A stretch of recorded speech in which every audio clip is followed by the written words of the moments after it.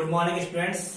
देखो भैया, अपने लास्ट जो वीडियो था उसमें अपने बात की थी अंतरिम सरकार के गठन की और लॉर्ड एटली की घोषणा।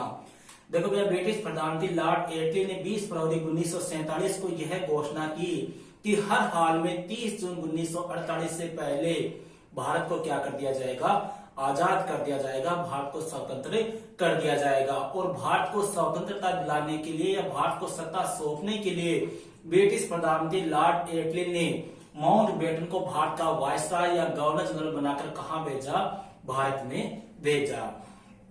और भैया, माउंटबेटन ने भारत में आने के बाद में जो भारत विभाजन के लिए जो योजना प्रस्तुत की, उसी योजना को अपने इतिहास में माउंटबेटन योजना के नाम से जाना जाता है। तो देखो क्या थी अपने माउंटबेटन योजना, किस प्रकार से भारत का विभाजन हुआ, उसकी चर्चा करते हैं। सबसे पहले भैया देखो, माउंटबेटन, लॉर्ड माउंटबेटन भैया 22 मार्च 1947 को कहां आए, भारत आए। 22 मार्च 1947 ईस्वी को लॉर्ड माउंटबेटन भारत आए। ये भारत आने वाले कौन से नंबर के गवर्नर जनरल थे, 34। मतलब इनसे पहले 33 गवर्नर जनरल भारत के बन चुके हैं। देखो भैया, गवर्नर जनरल बोल दो या वायसराय बोल दो, जो देशी रियासतें थी उनके लिए तो यही व्यक्ति होता था वायसराय, और जो अन्य जो रियासतें थी, ब्रिटिश प्रांत थे, उनके लिए यही व्यक्ति होता था गवर्नर जनरल। मतलब दोनों पद जो है वो एक ही व्यक्ति के पास में होते थे। तो देखो भैया, 22 मार्च 1947 ईस्वी को लॉर्ड माउंटबेटन भारत आए और भारत आने वाले यह 34वें गवर्नर जनरल थे। अब इन्होंने भारत में देखो आने के बाद में भारतीयों की कंडीशन देखी, यहाँ का माहौल देखा, और माहौल देखने के बाद में इन्होंने यह डिसाइड किया कि भारत की जो समस्या है, भारत के अंदर जो हिंदू मुसलमानों के मध्य, उस समस्या का एकमात्र हल यही है कि भारत का क्या कर दिया जाए, विभाजन कर दिया जाए। लेकिन कांग्रेसी नेता ऐसा नहीं चाहते थे। तो लॉर्ड माउंटबेटन ने क्या किया भैया, कांग्रेसी नेता थे जवाहरलाल नेहरू। हालांकि नेहरू जी जो थे वो माउंटबेटन के काफी नजदीकी भी थे, काफी क्लोज भी थे। कैसे थे, क्या थे, वो अपने चर्चा नहीं करेंगे। तो इन्होंने किया, जवाहरलाल नेहरू और पटेल, सबसे पहले माउंटबेटन ने इन दोनों को अपनी तरफ मिलाया, मतलब इनको विभाजन के लिए राजी कर लिया। देखो, इन्होंने जवाहरलाल नेहरू ने यह भी कहा था कि अगर सरदर्द का इलाज सर कटाने से होता है तो यह आवश्यक है, ऐसी बात कह दी थी जवाहरलाल नेहरू ने। और पटेल ने तो यहां तक कह दिया था कि अगर पाकिस्तान नहीं बना तो भारत के हर दफ्तर में एक अलग पाकिस्तान बन जाएगा। इस प्रकार की बातें किन्होंने कही थी, जवाहरलाल नेहरू और पटेल ने कही थी। हालांकि लॉर्ड माउंटबेटन ने इन दोनों को विभाजन करने के लिए अपने साथ में मिला लिया। अब बचे अपने मेन नेता कौन, महात्मा गांधी। महात्मा गांधी भैया विभाजन नहीं चाहते थे। इन्होंने ये कहा था कि अगर भारत का विभाजन होगा तो मेरी लाश के ऊपर होगा, यहां तक महात्मा गांधी ने कह दिया था। लेकिन महात्मा गांधी को बाद में एहसास हो गया, महात्मा गांधी ने भी देखा कि ये जो रोज रोज अपने हिंदू और मुसलमानों के बीच में जो दंगे हो रहे हैं, सांप्रदायिकता फैल रही है, जो मारपीट हो रही है, इससे अच्छा है क्यों ना विभाजन कर दिया जाए। तो इस प्रकार से महात्मा गांधी भी अपने विभाजन के पक्ष में हो गए। लेकिन यहाँ ध्यान रखना, भारत विभाजन को स्वीकार करने वाले अंतिम व्यक्ति जो थे ना, वो महात्मा गांधी थे। सबसे लास्ट में महात्मा गांधी ने ही विभाजन को स्वीकार किया था। अब देखो भैया आगे, तो लॉर्ड माउंटबेटन ने भैया भारत विभाजन करने के लिए एक योजना प्रस्तुत की थी। उसी योजना को अपने इतिहास में क्या कहते हैं, माउंटबेटन योजना। और यह योजना कब प्रस्तुत की गई, 3 जून 1947 को। 3 जून 1947 को लॉर्ड माउंटबेटन ने भारत का विभाजन करने के लिए जो योजना प्रस्तुत की, उसी योजना को माउंटबेटन योजना के नाम से जानते। इसमें देखो कौन कौन से प्रस्ताव थे। पहला प्रस्ताव तो क्या था कि जो बंगाल और पंजाब सबसे बड़ी रियासतें यही थी। बंगाल और पंजाब के जो हिंदू और मुसलमान है, उनसे अलग अलग बैठक करके विभाजन की राय जान ली जाएगी। अगर उनमें से एक भी पक्ष ये कहते कि विभाजन कर दिया जाए तो विभाजन कर दिया जाएगा। पहला प्रस्ताव तो यह था इस योजना का, ठीक है। दूसरा प्रस्ताव क्या था, अपने उत्तर पश्चिमी सीमा प्रांत और जो आसाम का सिलहट जिला है, आसाम का कौन सा जिला? सिलहट जिला। यहाँ पर विभाजन की राय जो है वो कैसे ली जाएगी? यहाँ पर जनमत संग्रह कराया जाएगा। जनमत संग्रह मतलब वोटिंग कराएंगे, अगर ज्यादा वोट विभाजन के पक्ष में हो गए तो विभाजन कर दिया जाएगा, अगर नहीं होंगे तो इनका विभाजन नहीं किया जाएगा। क्लियर है? फिर आता है भैया आपके बलूचिस्तान। बलूचिस्तान और सिंध के लिए यह डिसाइड किया कि इनसे तो अपने डायरेक्ट ही पूछ लिया जाएगा, इनके लिए कोई जनमत संग्रह कोई मीटिंग वगैरह नहीं कराई जाएगी, इनसे सीधी चर्चा कर ली जाएगी कि आप जो है वो विभाजन चाहते हो या नहीं चाहते, और अगर चाहते हो तो किसके साथ में रहना चाहते हो। क्लियर है?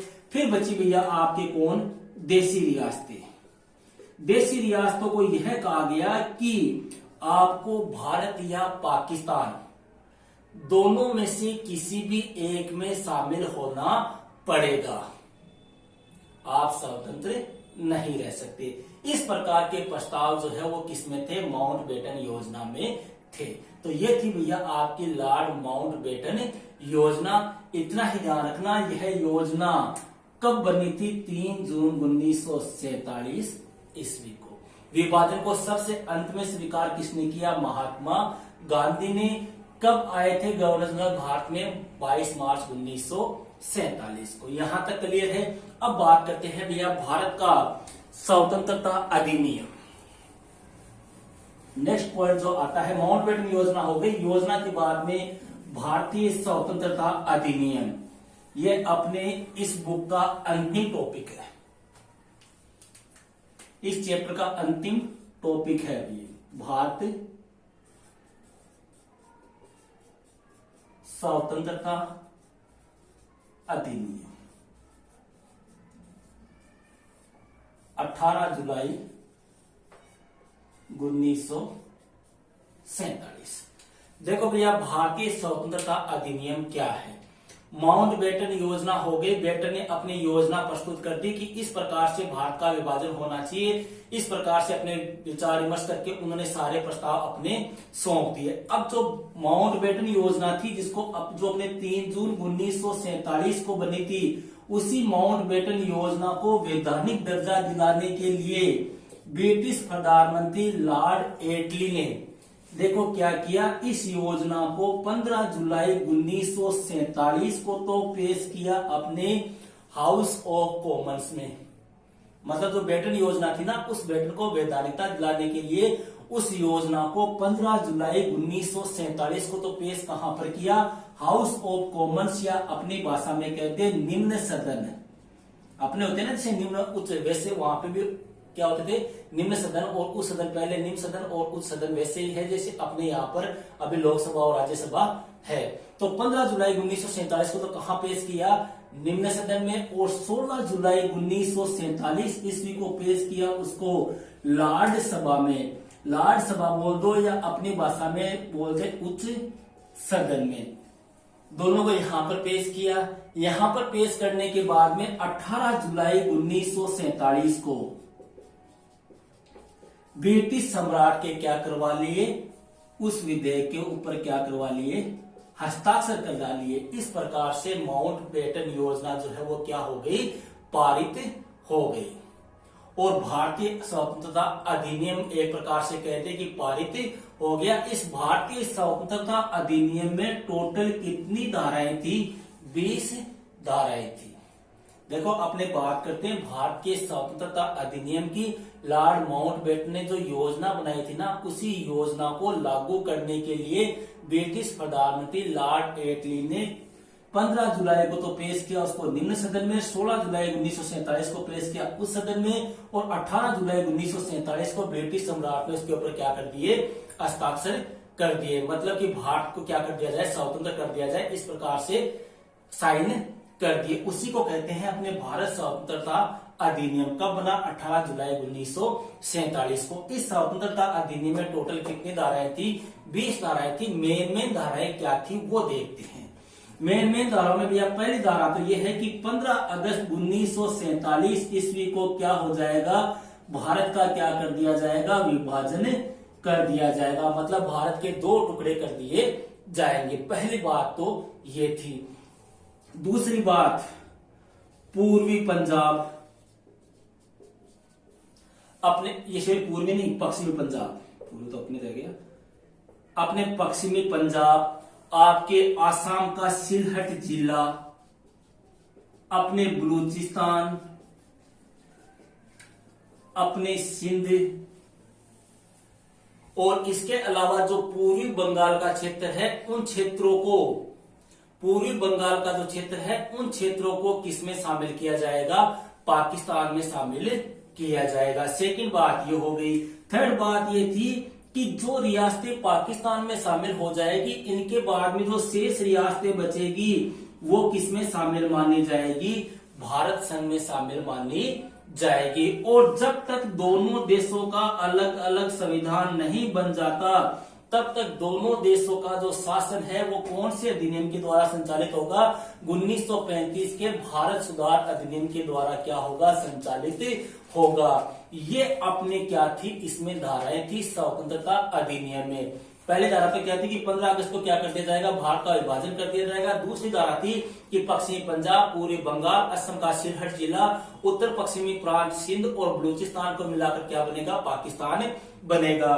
तीसरी धारा थी कि जो रियासतें पाकिस्तान में शामिल हो जाएगी, उसके बाद में जितनी भी शेष बची रियासतें हैं वो किसमें शामिल मानी जाएगी, भारत में शामिल मानी जाएगी। और जब तक दोनों अपना देश का संविधान नहीं बना लेते, तब तक दोनों देशों की शासन व्यवस्था का संचालन 1935 के अधिनियम के आधार पर होगा। इस प्रकार के प्रावधान भारतीय स्वतंत्रता अधिनियम में कर दिए गए। और इसी भारतीय स्वतंत्रता अधिनियम के मद्देनजर भारत का विभाजन हो गया। और विभाजन होने के बाद में भैया 14 अगस्त 1947 को तो बन गया आपके पाकिस्तान, और 15 अगस्त 1947 को अपने बन गया था भारत।